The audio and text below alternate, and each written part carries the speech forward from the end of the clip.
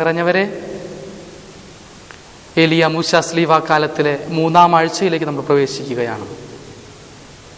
ഈ ആഴ്ചയിൽ നമ്മുടെ വചനവിചിന്തനത്തിനായി നൽകപ്പെട്ടിരിക്കുന്ന വചനഭാഗം കളകളുടെ ഉപമയാണ്. മത്തായിയുടെ സുവിശേഷം 13-ാം അധ്യായം 24 മുതൽ 30 വരെയുള്ള വാക്യങ്ങൾ.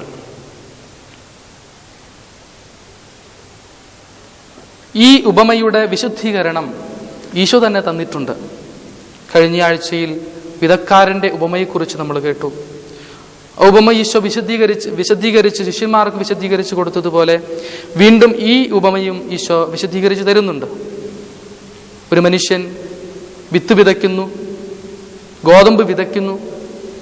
എന്നാൽ എല്ലാവരും ഉറക്കമായി കഴിയുമ്പോൾ ശത്രു വന്ന് ആ ഗോതമ്പിനിടയിൽ കള വിതച്ചിട്ട് കടന്നു പോകുന്നു. കളകളും ഗോതമ്പും ഒരേ വയലിൽ വളരുന്നു. അവ പൂർണ്ണരൂപം എത്തിക്കഴിയുമ്പോൾ വേലക്കാർ വന്നിട്ട്, ജോലിക്കാർ വന്നിട്ട് ചോദിക്കുകയാണ്, അത് ഞങ്ങൾ കള പറിച്ചു കളയട്ടെ എന്ന്. ഉടമസ്ഥൻ പറയുന്നു, അതിനു മുമ്പ് കള പറിക്കുന്നതിന് മുമ്പ് അവർ ചോദിക്കുകയാണ്, കളയുണ്ട്, ആരാണിത് വിതച്ചത്? ഈശോ പറയുന്നു, അല്ലെങ്കിൽ ഉടമസ്ഥൻ പറയുന്നു, ശത്രുവാണത് ചെയ്തത്. അപ്പോൾ അവർ ചോദിക്കും, ഞങ്ങളിത് പറിച്ചു കളയട്ടെ? ഉടമസ്ഥൻ പറയുന്നു, വേണ്ട, കള പറിച്ചു കളയുമ്പോൾ ഒരുപക്ഷെ നിങ്ങൾ ഗോതമ്പ് ചെടികളും പിഴുതെറിഞ്ഞേക്കും. അതുകൊണ്ട് ഇപ്പോൾ വേണ്ട, വിളവെടുപ്പ് വരും. വിളവെടുപ്പ് കാലത്ത് എല്ലാം പറിച്ച് കളയായതെല്ലാം അഗ്നികുണ്ഡത്തിലേക്ക് കർത്താവ് എറിഞ്ഞുകൊള്ളും. ഇതാണ് വചനം. ഇതിൽ ലോകമാണ് ഈ നിലം. ഇതിൽ നല്ല വിത്ത് വിതയ്ക്കുന്നത് മനുഷ്യപുത്രനാണ്, ഈശോ മിശിഹായാണ്. തിന്മ വിതയ്ക്കുന്നത് തിന്മയുടെ ശക്തികളാണ്, കൊയ്ത്തുകാരും മാലാഖമാരാണ്. ഇതെല്ലാം ഈശോ നമ്മളെ പഠിപ്പിച്ചിരിക്കുകയാണ്. പ്രിയപ്പെട്ടവരെ, ഈ വചനം ഇപ്പോൾ നമ്മൾ വിചിന്തനം ചെയ്യുമ്പോൾ എന്താണ് കർത്താവ് നമ്മളോട് സംസാരിക്കുന്നത്? ഈ ലോകത്തെക്കുറിച്ചും വരാനിരിക്കുന്ന ലോകത്തെക്കുറിച്ചും ഈശോ ഇതിൽ സംസാരിക്കുന്നുണ്ട്. ഈ ലോകത്തിൽ നമ്മൾ ജീവിക്കുമ്പോൾ, നമ്മൾ ചുറ്റുപാടും നോക്കുമ്പോൾ നമുക്കറിയാം എന്തുമാത്രം തിന്മകളാണ് ഈ ഭൂമിയിലുള്ളത്.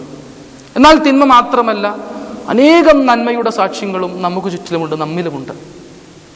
പ്രിയപ്പെട്ടവരെ, ഈ ഭൂമിയിൽ തിന്മയുണ്ടോ തിന്മയില്ലേ എന്നുള്ളൊരു ചോദ്യത്തിന് പ്രസക്തിയില്ല. തിന്മയുണ്ട് എന്ന് എല്ലാ മനുഷ്യരും അംഗീകരിക്കുന്നതാണ്. മനുഷ്യൻ ചിന്തിക്കാൻ തുടങ്ങിയ കാലം മുതൽ മനുഷ്യന്റെ ഒരു ചോദ്യമാണ്, എവിടെ നിന്നാണ് തിന്മയുണ്ടായത്? ഈശോ ഇന്നത്തെ വചനത്തിൽ വ്യക്തമായിട്ട് പറയുകയാണ്, തിന്മ ഒരിക്കലും ദൈവത്തിൽ നിന്നല്ല, അത് തിന്മയുടെ ശക്തിയിൽ നിന്നാണ്, ദുഷ്ടനിൽ നിന്നാണ്, ദൈവത്തിന്റെ ശത്രുവിൽ നിന്നാണ് തിന്മ ഉത്ഭവിക്കുന്നത്. ഈ ലോകത്തെക്കുറിച്ചും വരാനിരിക്കുന്ന ലോകത്തെക്കുറിച്ചും ഈശോ നമ്മളോട് അരുളിച്ചത് എങ്ങനെയാണ്? ഈ ഭൂമിയിൽ, ഈ തിന്മ നിറഞ്ഞ ഭൂമിക്ക് നടുവിൽ, ഈ ഭൂമിയുടെ ചുറ്റുപാടിൽ, നിങ്ങളുടെ ഈ ലോകത്ത് നിങ്ങൾ നന്മയിൽ നിലകൊള്ളുവാനായിട്ട് നമുക്ക് ഓരോരുത്തർക്കും കഴിഞ്ഞാൽ വിളവെടുപ്പിൽ നമ്മൾ വലിയ പ്രകാശത്തോടു കൂടി പ്രശോഭിക്കുമെന്ന് ഈശോ പറയുകയാണ്. കളയായി രൂപാന്തരപ്പെടുന്നതെല്ലാം നിത്യമായ അഗ്നിയിലെറിഞ്ഞ് നശിപ്പിക്കപ്പെടേണ്ടിയിരിക്കുന്നു. പ്രിയപ്പെട്ടവരെ, തിന്മ ഈ ലോകത്തിൽ ഉണ്ട് എന്നുള്ള നമ്മൾ അംഗീകരിക്കണം. അതൊരു യാഥാർത്ഥ്യമാണ് എന്ന് ഈശോ നമ്മളെ ഓർമ്മപ്പെടുത്തുകയാണ്. തിന്മ ഈ ഭൂമിയിൽ ഉണ്ട് എങ്കിൽ ദൈവപുത്രരായ നമ്മളോട്, അല്ലെങ്കിൽ നമ്മൾ ദൈവപുത്രരെന്ന് അവകാശപ്പെടുന്നുവെങ്കിൽ നമ്മളോട് ദൈവം ആവശ്യപ്പെടുന്നത് ഈ തിന്മയുടെ നടുവിൽ നന്മയുടെ വക്താക്കളായിട്ട്, നന്മയുടെ സന്ദേശവാഹകരായിട്ട്, നന്മയുടെ സുവിശേഷവാഹകരായിട്ട് നിലകൊള്ളുവാനായിട്ടാണ്. മത്തായിയുടെ സുവിശേഷം 5-ാം അധ്യായത്തിൽ നമ്മൾ വായിച്ചു കേൾക്കുന്ന സുവിശേഷ ഭാഗ്യങ്ങളാണ്. സുവിശേഷ ഭാഗ്യങ്ങളിൽ എല്ലാം മനോഹരമാണ്. നമുക്ക് 10-11 മത്തായിയുടെ സുവിശേഷം 5-10-11 വാക്യങ്ങൾ നമുക്കൊന്ന് കേൾക്കാം. നീതിക്ക് വേണ്ടി പീഡനമേൽക്കുന്നവർ ഭാഗ്യവാന്മാർ, സ്വർഗരാജ്യം അവരുടേതാണ്.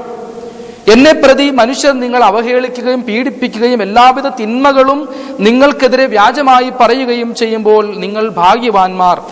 നിങ്ങൾ ആനന്ദിച്ച് ആഹ്ലാദിക്കുവിൻ, സ്വർഗത്തിൽ നിങ്ങളുടെ പ്രതിഫലം വലുതായിരിക്കും. അതുതന്നെയാണല്ലോ ഈ ഉപമയിലൂടെ ഈശോ പറയുന്നത്. തിന്മ നിറഞ്ഞ ലോകത്തിൽ നിങ്ങൾ നന്മയെ മുറുകെ പിടിക്കാൻ നിങ്ങൾക്ക് ഓരോരുത്തർക്കും ആയാൽ വലിയ പ്രതിഫലമായിരിക്കും വിളവെടുപ്പിൽ നിങ്ങൾക്ക് ലഭിക്കാൻ പോകുന്നത്. പ്രിയപ്പെട്ടവരെ, നമ്മൾ നന്മയിൽ നിലകൊള്ളണമെന്ന് ഈശോ ആഗ്രഹിക്കുകയാണ്. എങ്ങനെയാണ് നമുക്ക് നന്മയിൽ നിലകൊള്ളുവാനായിട്ട് സാധിക്കുക? കഴിഞ്ഞ ആഴ്ച നമ്മൾ വചന വിചിന്തനം നടത്തിയത് നല്ല നിലത്ത് അല്ലെങ്കിൽ കൃഷിക്കാരൻ വിത്ത് വിതയ്ക്കുന്നതാണ്.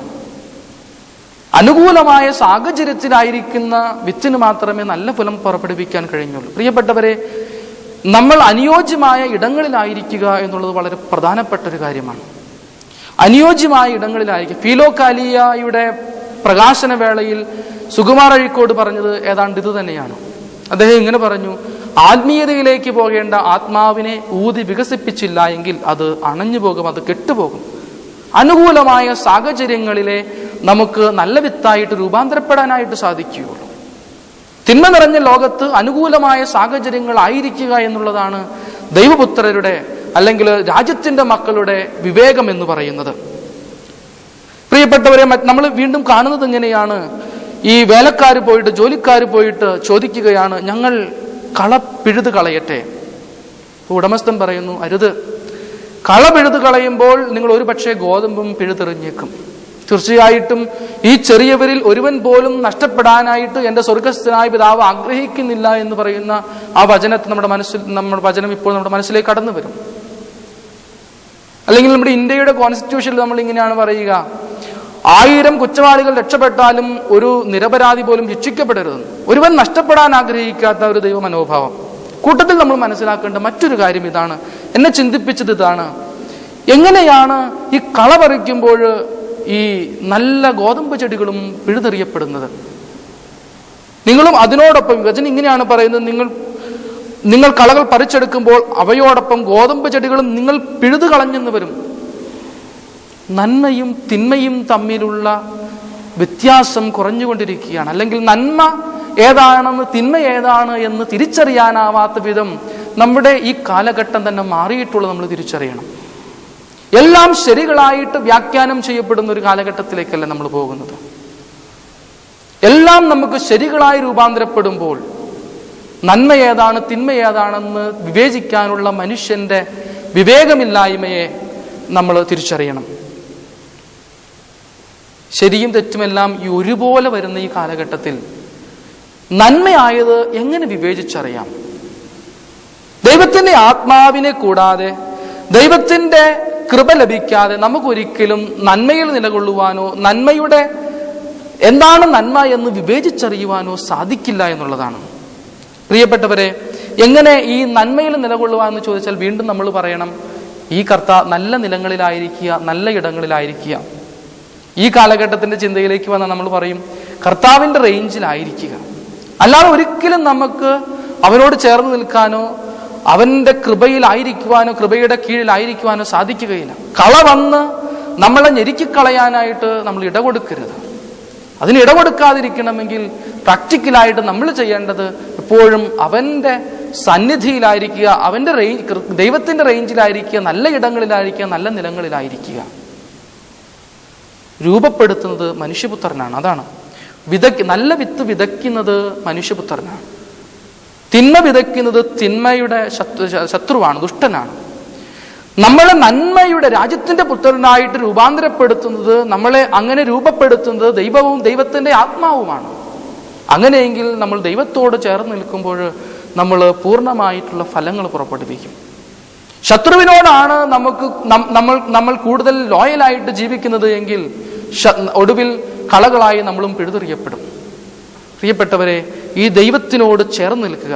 ഒരുപക്ഷെ ഈ വചന വിചിന്തനം നിങ്ങൾ ശ്രവിക്കുമ്പോഴും ഒരുപക്ഷെ നമ്മൾ ചെയ്യുന്നത് അതുതന്നെയാണ്. ദൈവത്തിന്റെ റേഞ്ചിലോട്ട് നമ്മൾ കയറി നിൽക്കുകയാണ്.